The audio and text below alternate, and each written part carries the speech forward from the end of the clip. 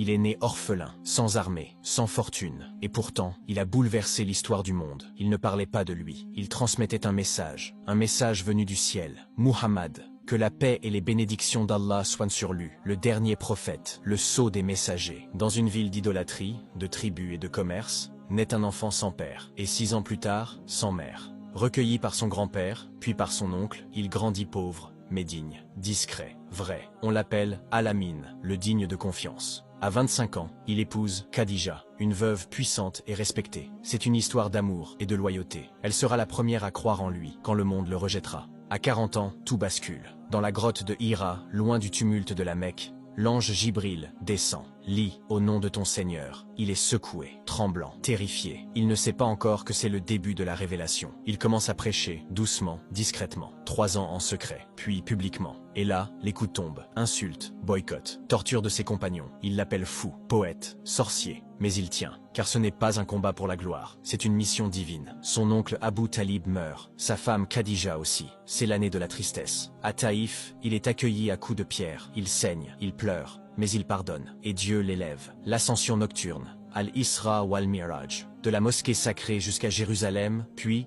jusqu'au-dessus des cieux, il reçoit l'ordre de la prière, un honneur, un miracle. Il quitte la Mecque, il fuit les assassins, il quitte sa terre, c'est l'Hégire. Il s'installe à Médine, et là, il construit une société. Il devient leader, législateur, commandant. Mais il reste humble, Badr. Ils sont 313 contre plus de 1000, et ils remportent la bataille. Pas par stratégie, mais par foi. Uhud, ils désobéissent. La victoire leur échappe. Le prophète est blessé au visage. La tranchée. Ils creusent pendant des jours, affamés, grelottants, mais ils tiennent bon. En 630, la conquête de la Mecque. Il entre, sans combat, sans vengeance. Et il dit, allez, vous êtes libres. Ceux qui ont voulu le tuer, il les pardonne. Puis, il fait son dernier pèlerinage. Et sur le mont Arafat, devant plus de 100 000 compagnons, il livre son dernier message. Aucun arabe n'est supérieur à un non-arabe, aucun blanc à un noir, si ce n'est par la piété. La révolution spirituelle et morale est achevée. En 632, Médine, il tombe malade. Il dirige sa dernière prière, assis. Puis il retourne à Dieu, la tête posée sur les genoux d'Aïcha. Ses derniers mots, « Ô Allah, le compagnon suprême ». Il laisse derrière lui un livre, le Coran, une communauté, l'Umma, et une voix, la Sunna. Sans palais, sans tombe dorée, juste une lumière pour les siècles à venir. Si son histoire t'a touché, partage-la autour de toi. Fais découvrir l'homme derrière la légende. Abonne-toi pour qu'on continue à réveiller les cœurs avec ces récits puissants, car ce n'est que le début.